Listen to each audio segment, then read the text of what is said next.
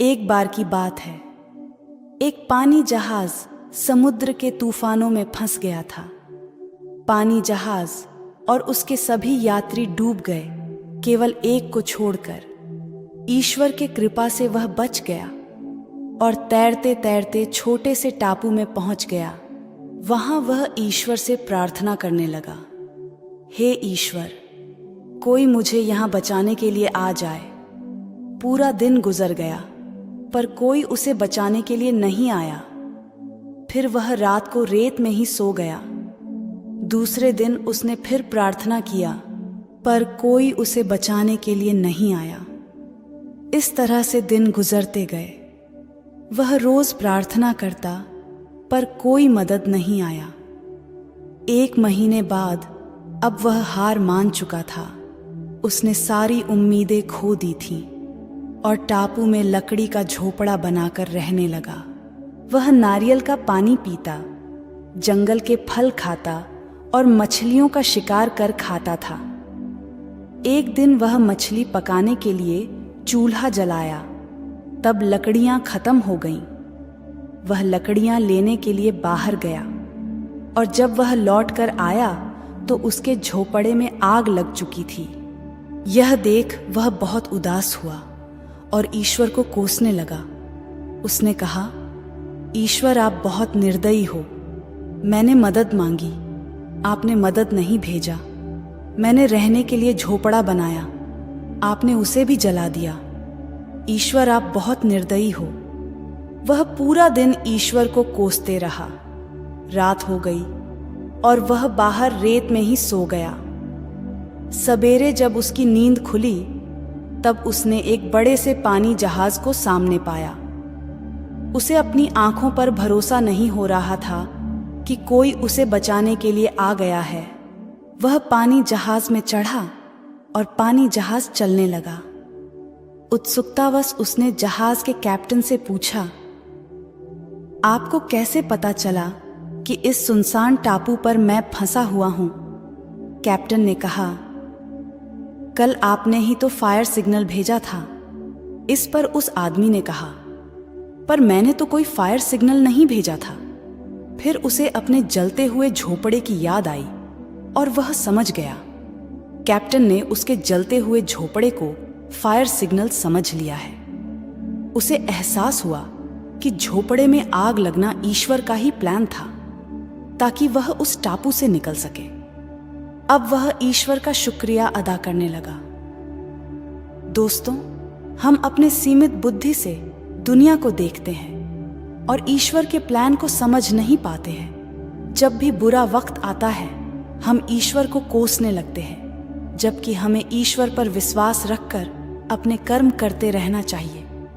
जब भी बुरा वक्त आए तो हमेशा याद रखना, इसमें भी ईश्वर ने आपके लिए कुछ बेहतर सोच रखा है, जो सही समय आने पर आपको पता चलेगा।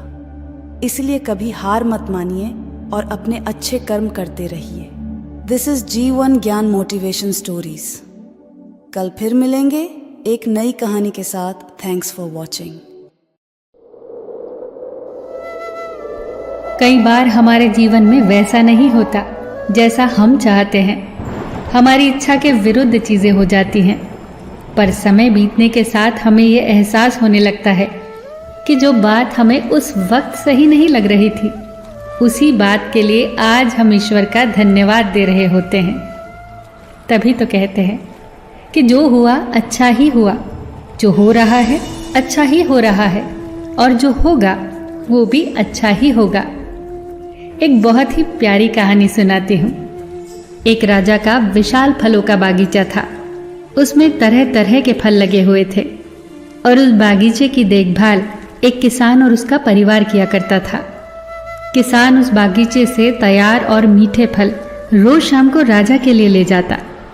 एक दिन किसान ने बागीचे में आकर देखा कि नारियल, अमरूद, सेब, अंगूर, बेर सब पके हुए थे। किसान सोचने लगा कि कौन से फल आज राजा के लिए लेकर जाऊं। न जाने उसके मन में क्या आया। उसने अंगूर की टोकरी भरी और राजा के लिए लेकर महल की ओर चल दिया। वो रास्ते भर सोचता जा रहा था। केवल अंगूर लिए 2-4 सेब, नारियल, अमरूद ही डाल लेता। अलग अलग फल देखकर राजा कितना खुश हो जाता। सोचते सोचते वो महल के बाहर पहुंच गया। उसने अंगूर से भरा टोकरा राजा के सामने रख दिया और थोड़ी दूर जाकर बैठ गया। राजा किन्हीं दूसरे ख्यालों में खोया हुआ था। शायद किसी बात से परेशान या नाराज था। अपने ही ख्यालों में गुम राजा टोकरी से एक अंगूर निकालकर खाता और एक खींचकर किसान के माथे पर निशाना लगाकर मारता। राजा द्वारा फेंका अंगूर जब किसान के माथे या शरीर पर लगता तो किसान कहता, ईश्वर बड़ा ही दयालु है। राजा फिर एक अंगूर किसान की तरफ फेंककर जोर से मारता और जब वो किसान को पड़ता तो किसान फिर कहता, ईश्वर बड़ा ही दयालु है। थोड़ी देर बाद राजा को अपनी गलती का एहसास हुआ। वो सोचने लगा, मैं किसान के साथ कितना बुरा बर्ताव कर रहा हूँ और प्रत्युत्तर क्या आ रहा है। राजा ने किसान से पूछा, मैं बार बार अंगूर फेंककर तुम पर मार रहा हूँ और तुम्हें लग भी रहे हैं, फिर भी तुम कह रहे हो ईश्वर बड़ा ही दयालु है।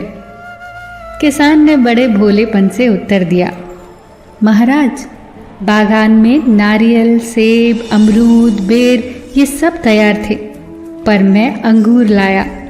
मैं वो सारे फल भी ला सकता था, पर ईश्वर की कृपा से ही मुझे ये भान हुआ कि मुझे अंगूर ही ले जाने चाहिए। मैं ईश्वर का धन्यवाद देता हूँ, क्योंकि अगर मैं दूसरे फल लाता और इसी तरह आप मुझे जोर से मारते तो मेरा क्या हाल होता। सच में महाराज, ईश्वर बड़ा ही दयालु है। दोस्तों, यदि जीवन में किसी मोड़ पर सही या आपके हिसाब से घटित ना हो तो धैर्य रखना, क्योंकि समय अपने राज समय आने के साथ ही खोलता है और उस समय हमारे मुंह से यही निकलता है कि जो हुआ अच्छा ही हुआ। फिर मिलेंगे दोस्तों अगली वीडियो के साथ। तब तक के लिए अपना ख्याल रखना और हमेशा मुस्कुराते रहना।